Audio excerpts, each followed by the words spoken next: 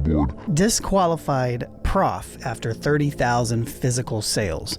We talked about this recently on the New Old Heads podcast, and I'm going to go a little bit deeper on it today.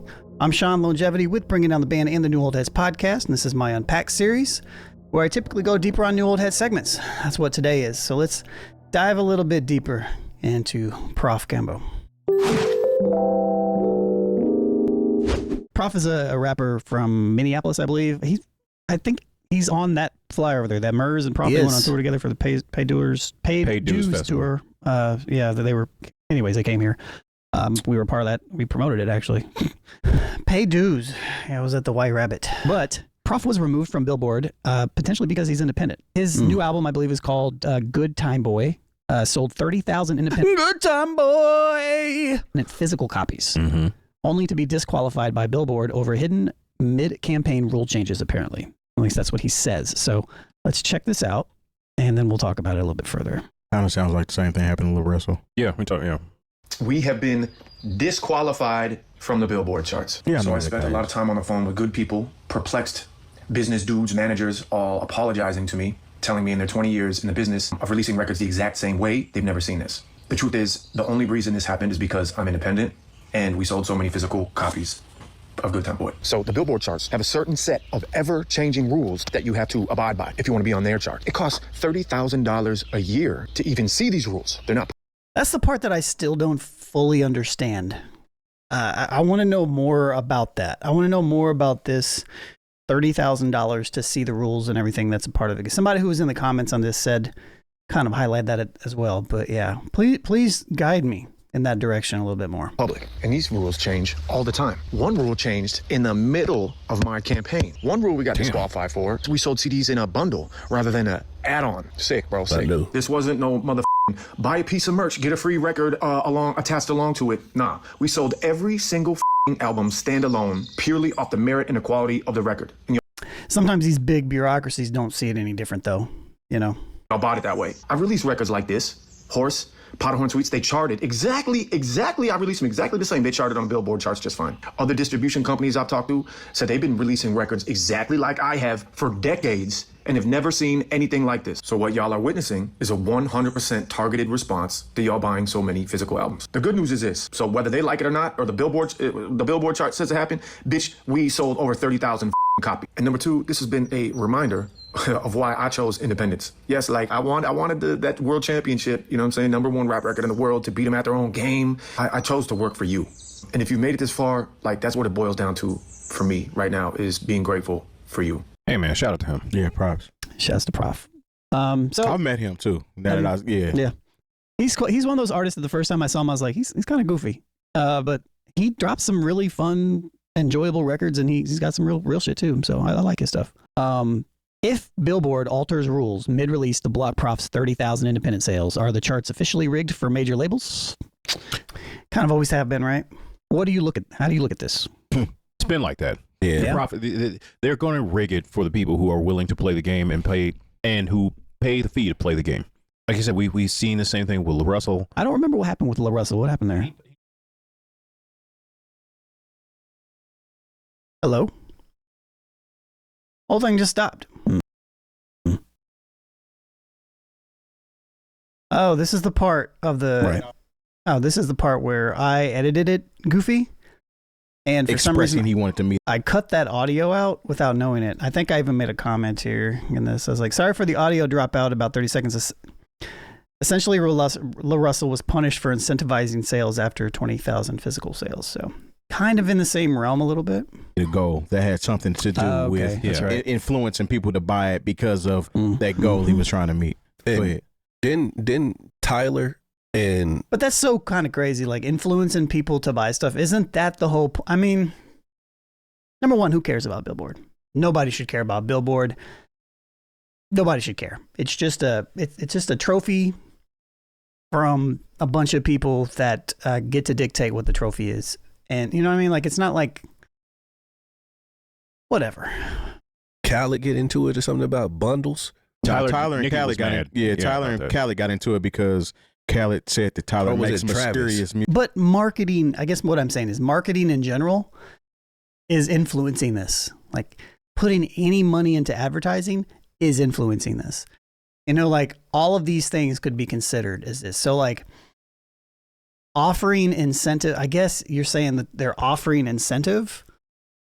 Like you get this thing if you do this, but that's not really what he's doing here. So I don't know. It's Travis Scott, because he came out like the same time as the game is rigged. Nicki Minaj. Yeah, like he sold more because he was actually selling them bundles, like it came with a T-shirt. Yeah, and that Kylie was helping promote it. Yeah, and he was trying to say that was funny business because Kylie is this social figure and she's helping promote it and things of that nature. But yeah, go ahead, Jay. My bad. No, and the thing is, I remember the first time something like this happened was I want to say it was Prince and Musicology. Like basically, you know, every time for everybody who bought a ticket, they got a CD. album. Yep. You know, and so that pushed him to the top of the Billboard. And, you know, and after that, like there's always got to be a change because there are new rules. Like I remember Jay-Z used to, you know, when he was on Samsung. it was the whole Samsung thing. And then it was, you know, he did the whole U2. Everybody had that U2 album. Yeah. Oh man, that was a nasty business. But I mean, but if you had a Samsung, you might have thought the same thing about getting a Jay-Z album sent straight to your phone. You know, and then like when 444 came out, remember you had to have Tidal to listen to 444. I'm okay with stream that. it. Yeah, I'm okay with that. Yeah, and I didn't have to look at it, and that's how I wanted with Tidal. Because if anything else, that's restrictive. Yeah. If we're going to operate within this rule system that is Billboard, is from that perspective. So what we're seeing really is people who, you know, are not playing the game, and there's still some people who are trying to hold on to their ability to gatekeep. And that's what Billboard is. Yeah. You know, because it's not like he didn't get the money for the 30,000 just because they're not counting it. You know, but at the same time, if like people can have certain movements and it influence their charts, then it's going to, you know, because there used to be more places where you could, you know, see the how records were doing. You know, there used to be, you know, Cashbox was as much of an influencer as Billboard. You know, most people don't know what Cashbox. Because I'm curious what he said. So this is 6 minutes and 4 seconds. So what did he say exactly they were doing? That you have to abide by if you want to be on their chart. It costs $30,000 a year to middle of my campaign. One rule we got disqualified for, we sold CDs in a bundle rather than a add-on. Sick, bro. Sick. This wasn't no buy a piece of merch, get a free record attached along to it. Nah, we sold every single album standalone purely off the merit and the quality of the record. So I wonder if they did something like, right. So if you're going to frame it that way, right? Buy the, you know, it's not like buy the merch, you get the album. But what if it's like buy the album and you also get the merch? Technically, that's kind of the same thing in their eyes, don't you think? Because it's like you're still end up getting something regardless of what you put out in the forefront. You could view it as such. So I don't know if that's what he did. I kind of want to look deeper into this to kind of see like Prof sold bundles. Prof had a bundle of every CD plus digital copy for sale early in this. I mean, you get a physical. I wonder if he did the same thing, like you get a physical copy and you get a digital copy. If that's the case, who cares? How it should be. All right, here we go. Prof, Good Time Boy, all 3 covers, 2nd edition bundle. Thank you. All right, each bundle includes Good Time Boy original CD, Good Time Boy comic cover, Good Time Boy wood grain cover. So you get 3 covers if you buy that. Is that just for pre-orders? Okay, so there are 3 unique CD sleeves available for this album. Collect them all with this 3 CD bundle. Each CD is 32-page book. So you can get all 3 of them for essentially $25. My question is if somebody buys this, are they considered, this should be considered one sale, right?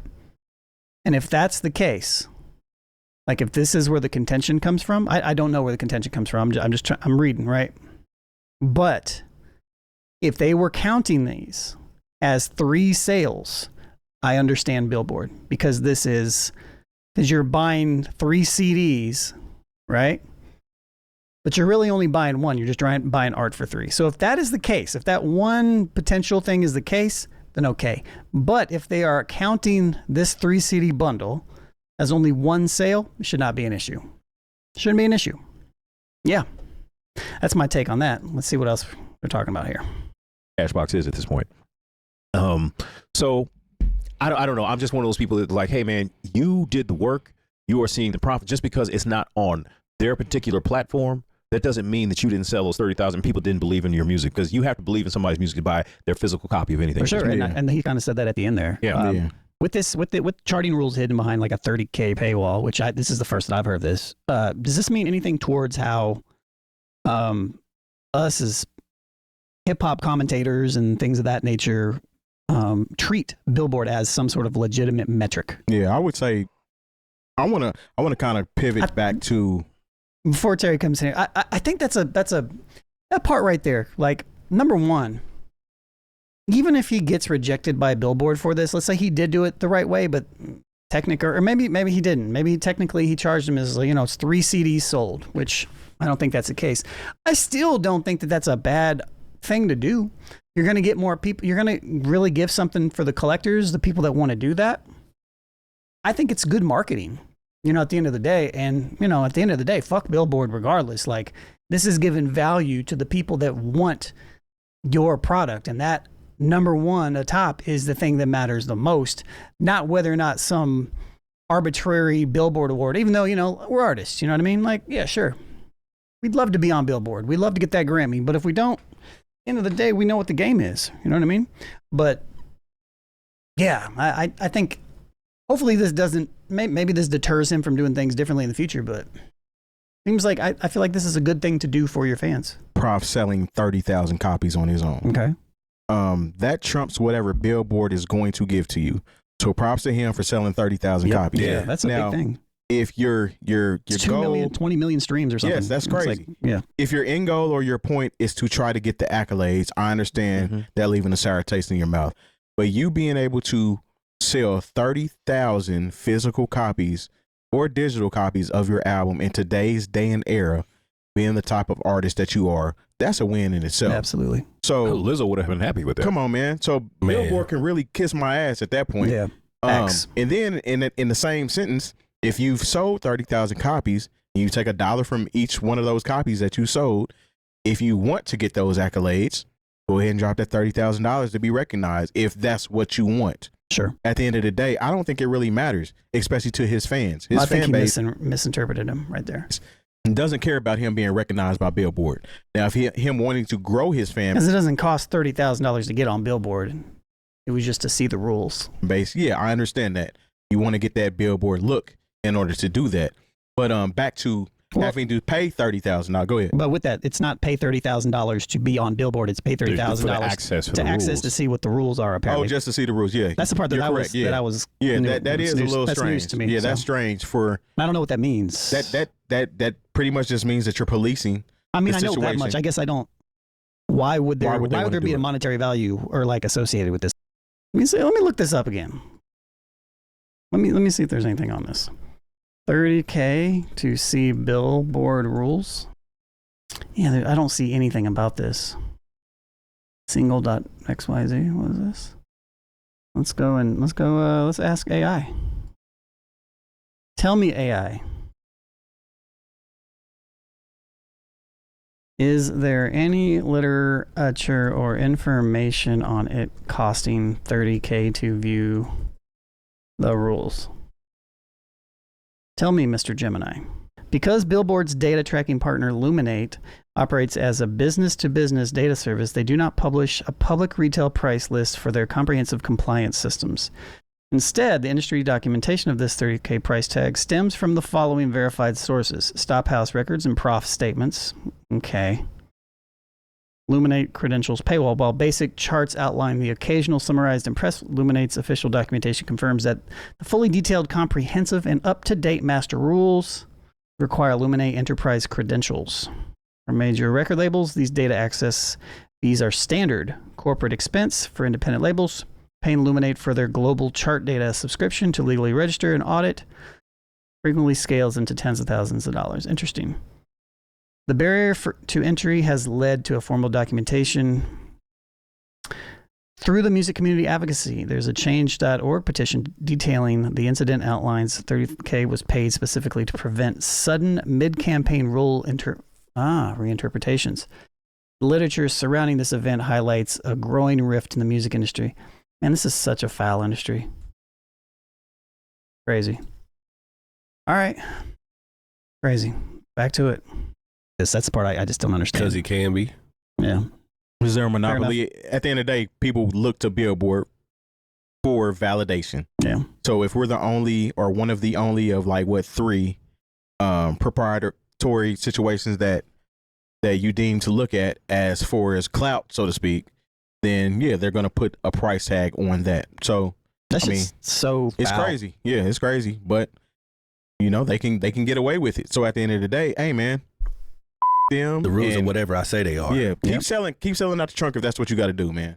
I remember years ago, when I sat down with my Creative to Creative series, I sat and talked with Skip, and we've got a few records coming that we've been working on and whatnot. But like, I remember when I was interviewing him, I asked him what one of his bigger goals was for the project he's working on. He's like, man, I want to chart on Billboard. He's like, he's got an album that's getting ready to come out actually too. It's called The Soundtrack to Being Black. And myself and Major 7th, we worked with Skip. In the beginning portions of this, we sent him a bunch of records. We ended up recording, I think, like 20, 25 of them. But on this, it turned into something else. And I think I got 2 partial records on there, and Mage's got 2 records on there. It's got multiple records. We're in the final stages of putting it together. But anyways, that's Skip's from Minneapolis, super talented artist. That's who that is. So look that up, SKYPP. Want to get up there. And I feel like it's kind of in the same type of way as like a Grammy type of a way. You know, sometimes you just want that thing. But realistically, like, it's one of those things that I really wish artists would stop chasing, because I don't think there's really any value to it outside of just that inherent just, oh, I can check this off the list type thing. You know what I mean? Yeah. Listen, chase a worldwide fan base. Yeah, man. If I can reach you on any continent, I could care less what a Billboard got to say about me, because I can still go out and reach my people, and people here might still not know who I am, but I'm overseas getting money and flexing my craft and doing what I love because they appreciate what I'm doing, versus a Billboard who, again, it boils down to being a corporate entity, is going to put certain push on certain artists because it makes them look better. Yeah. So at the end of the day, man, your fan base and your circle who you create is worth a lot more than wanting to be on Billboard or any chart for that matter. Yeah. Because quite honestly, have any of you ever picked up a Billboard magazine? Never. Not once. I have no plans to. Never. Always, even when we've talked about numbers on the show, I mean, you know, I've always just like, who cares? Yeah. The only reason I have is because obviously I get it. Yeah. I used to read the trades because they came to the radio station for free. I read that and BRE and whatever else would come to. But that's like super niche. But yeah, exactly. You know, and quite honestly, like, if I like a song, I don't care what it's doing on Billboard. I've never been like, oh, well, I really like it more now that it's, you know, Olivia Dean. I don't like her anymore now.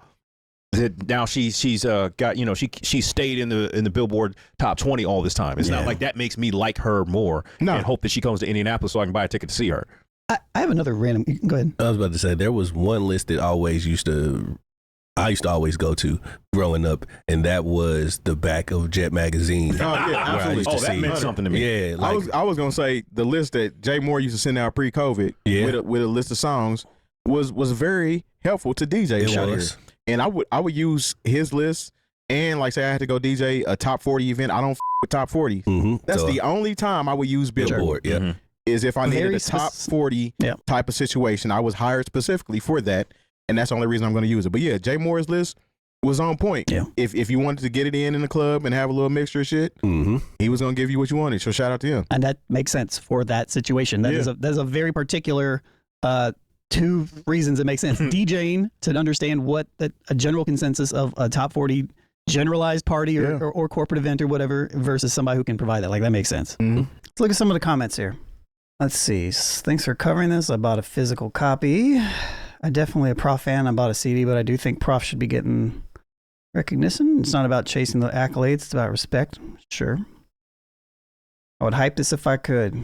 Well, thank you, Chelsea. He is like the Markiplier of hip hop right now. They pulled Mark after the first day because he took over Hollywood charts. Can't stop us though. So this super fans of his popping up in the. Hey man, this shows it right here. All of his fans in here. Nothing but gatekeeping going on there. No surprise. These labels don't want us independent artists to get any sort of spotlight. Shoot, they don't even let some of us be heard at all due to the topics or general lack of negativity in our music. That's true as well. Personally, I'm silenced and shadow banned across all platforms. Even Reddit removed my music for violation. Well, I'm curious as to what your content is, because there's certain content in music that I'm just like, you can keep all that bullshit somewhere else. But, that does happen as well. The part you guys are missing is that he paid $30,000 to see the rules and follow the rules, and then they changed the rules in the middle of his release. And that is a good point. The fact that they spent the money to see what it was, and then they still changed it. But then if they changed it mid rules, then I guess that's why he knows that they changed the rules. About two of Prof's newest album, Good Time Boy, one for me, one for a friend, CD format, probably going to buy vinyl soon. Kind of insulted my purchase. That's true. It is insulting to the fans as well. Who's out here spending money, supporting, Fire video, appreciate the perspective. Love Prof, I hate to see this firm. Sure, he got his money, but he was about to surpass the industry legend rapper on album release called Kill the King. Thanks for covering the story. Labors are scaled. I wonder if Diplo is coming for Prof. Yeah, at the end of the day, props to Prof. You know what I mean? You hate to see stuff like this, because this can be, it's kind of like a gut punch, It's like you're doing all the stuff that you think that you should be doing, and then somebody punches you in the face, punches you in the gut, and be like, yeah, you're doing it right, but we don't care, So, I don't know. But shouts to him. If anything else, this is probably just going to make him bigger. So that's dope. But check out Good Time Boy. I'm Sean Longevity. Become a part fan of Prof, supporting independent artists. Come support independent creators and become a New Old Heads Patreon member at patreon.com/newoldheads. Or if you're in the Indianapolis Midwest area on August 25th, come check out our 500th episode. We've been doing this for a decade now, but we're going to be doing it at the 808 Indie Seating Vinyl in Broad Ripple. So anyways, I'll see y'all next time.